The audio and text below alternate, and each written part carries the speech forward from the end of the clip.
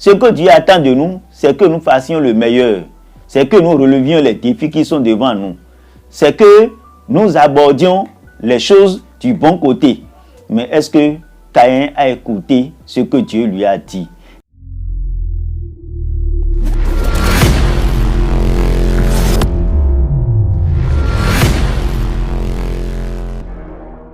Bonjour, chers frères et sœurs dans le Seigneur. Nous voici à notre rendez-vous hebdomadaire sur la parole de Dieu. Vous avez avec vous votre serviteur Pierre Médenou Kempoui, pasteur sur l'église baptiste de Vedoko. Ce matin, nous allons parler d'une situation qui menace généralement les hommes et les femmes de toute obédience et de tout âge. Mais avant, prions le Seigneur. Dieu notre Père, nous voici à ce rendez-vous sur la méditation de ta parole. Je prie afin que ton Esprit Saint nous illumine, nous parle, nous donne vraiment de l'espérance en toi, dans le puissant nom de Jésus. Amen. Alors, le thème autour duquel nous allons échanger ce matin est intitulé « Pourquoi es-tu irrité et abattu ?» Pourquoi es-tu irrité et abattu? C'est une question auquel chacun de nous doit réfléchir et apporter une solution. Et si possible, prendre une décision. Alors, nous allons plonger nos regards dans la parole de Dieu dans Genèse au chapitre 4, versets 1 à 8. Genèse chapitre 4, versets 1 à 8. Lisons. Adam connut sa femme. Elle conçut et enfanta Caïn, et elle dit, « J'ai acquis un homme de par l'Éternel. » Elle enfanta encore son frère Abel. Abel fut berger et Caïn fut laboureur. Au bout de quelque temps, Caïn fit à l'Éternel une offrande des fruits de la terre, et Abel de son côté en fit une des premiers-nés de son troupeau et de leur graisse. L'Éternel porta un regard favorable sur Abel et sur son offrande, mais il ne porta pas un regard favorable sur Caïn et sur son offrande. Caïn fut très irrité et son visage fut abattu. Et l'Éternel dit à Caïn, « Pourquoi es-tu irrité et pourquoi ton visage est-il abattu? Certainement, si tu agis bien, tu relèveras ton visage, et si tu agis mal, le péché se couche à la porte, et ses désirs se portent vers toi.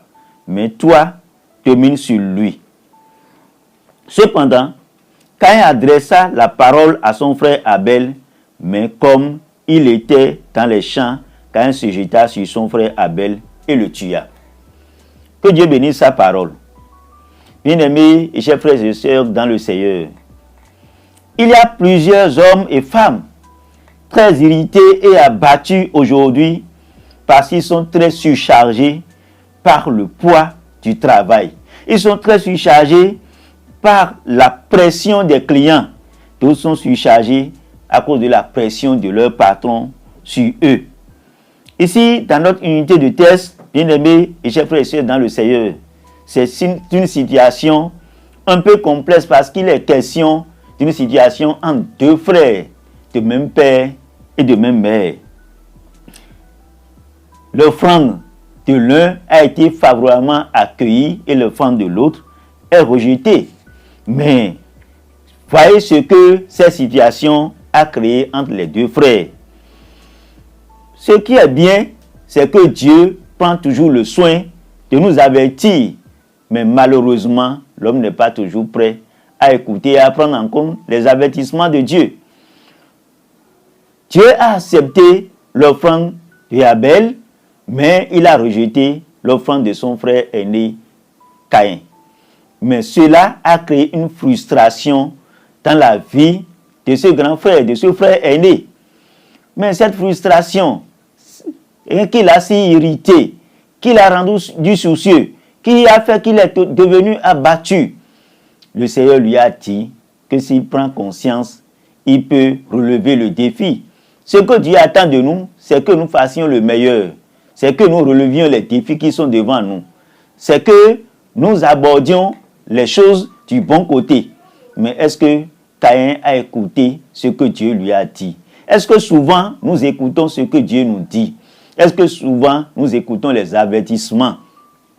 Généralement, nous faisons à notre tête. Généralement, l'homme endurcit son cœur pour faire selon son cœur lui dit, au lieu de faire selon ce que Dieu nous dit ou ce que la parole de Dieu nous dit. Caïn a endurci son cœur pour faire ce que son cœur lui dit. Dieu lui a dit que le péché se couche à sa porte, que le péché est à sa porte, de faire très attention. Mais Caïn n'a pas voulu écouter.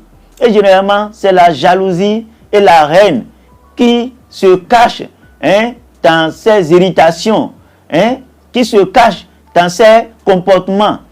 S'il était irrité et abattu pour relever le défi, ce serait une bonne chose.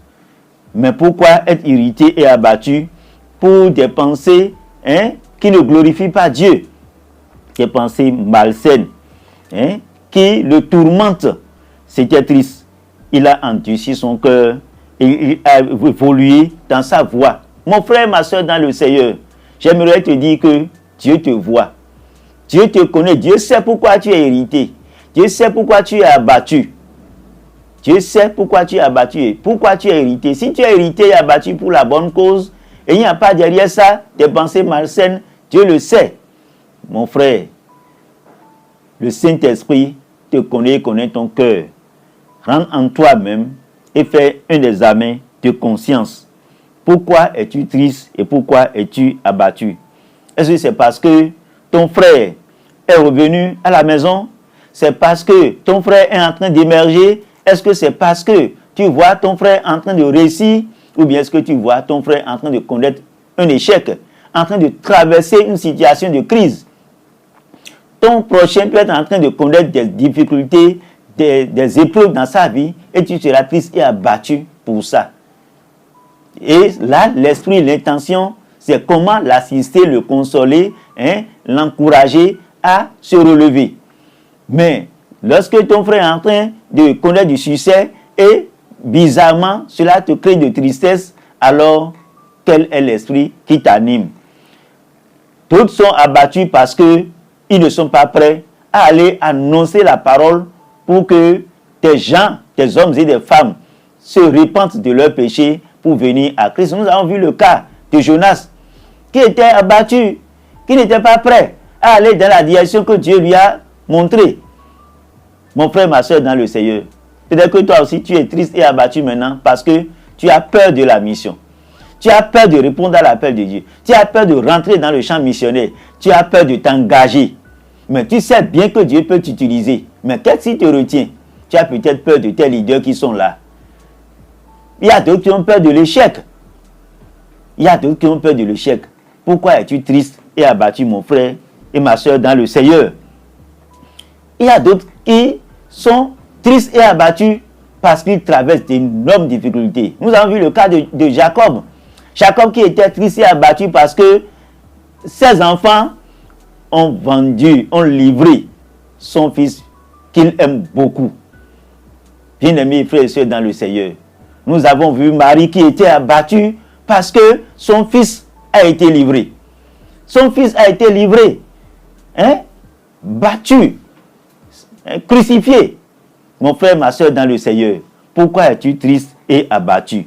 Mais le Seigneur dit que tu peux vraiment remonter la pente. Si tu prends conscience de la situation, tu reviens en de meilleurs sentiments, Dieu peut vraiment t'utiliser pour relever les défis. Le problème, c'est que le cœur de l'homme est compliqué. Et Jérémie nous a dit ça. Dans Jérémie 17, verset 9 à 10, que le cœur de l'homme est tortueux et compliqué par-dessus tout. Mais Dieu, qui nous connaît mieux que nous-mêmes, qui lit dans les cœurs, connaît l'intention, l'esprit qui anime chacun de nous. Et lorsque nous sommes sur une mauvaise pente, Dieu le voit et le sait et nous avertit. Mon frère, ma soeur dans le Seigneur, je voudrais t'inviter vraiment à revenir en de meilleurs sentiments. Nous avons vu que malgré l'avertissement que Dieu a donné à Caïn, Caïn s'est entêté, il a adouci son cœur, et il est allé jusqu'au bout. Hein? Il est allé jusqu'au bout de son besoin. Est-ce que c'est bon? Il est allé jusqu'au bout il a accompli cette sale besogne qui ne glorifie pas Dieu. Bien-aimés et frères et sœurs dans le Seigneur, ne nous comportons pas comme Judas, qui a endurci son cœur, qui est allé jusqu'au bout de sa mauvaise pensée, qui est allé jusqu'au bout dans sa besogne, qui n'a pas glorifié le Seigneur. Il y a bien des gens comme ça qui aujourd'hui endurcissent leur cœur et ils vont jusqu'au bout. Peux-tu maintenant rebousser chemin? Qu'est-ce que tu veux faire? Est-ce que cela glorifie le Seigneur? Les conséquences peuvent être dramatiques, fâcheuses et douloureuses si tu n'écoutes pas la voix de Dieu. Écoute donc la voix de Dieu. Écoute la voix de Dieu et n'endurcis pas ton cœur. Nous avons l'apôtre Paul qui nous exhorte vraiment à avoir une bonne pensée pour nos bien-aimés, nos frères et sœurs dans le Seigneur et faire le bien. Lisons Galates chapitre 6, versets 7 et 9 pour finir, pour voir l'exhortation que l'apôtre Paul nous donne. Galates chapitre 6, versets 7 et 9 dit: ne vous trompez pas, on ne se moque pas de Dieu. Ce qu'un homme aura semé, il le moissonnera aussi. Verset 9. Ne nous lassons pas de faire du bien, car nous moissonnerons au temps convenable si nous ne nous relâchons pas. Si tu ne te relâches pas, si tu as l'intention, l'esprit de faire du bien, tu moissonneras au temps convenable.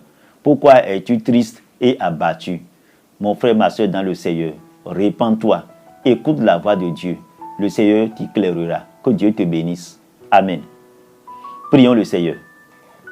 Père éternel, nous savons que nous sommes dans un monde difficile, au point où ceux qui devraient développer l'amour envers leurs frères, envers leurs sœurs, envers leurs semblables, sont jaloux et montent des coups bas pour faire échouer. Père, nous prions afin que Seigneur, ton esprit d'amour anime chacun de nous. Et que Seigneur Dieu, tes enfants qui sont déjà attaqués par leurs semblables, puissent bénéficier de ta protection et de ton secours. Merci pour nous avoir écoutés et exaucés. C'est au nom de Jésus que nous avons prié. Amen.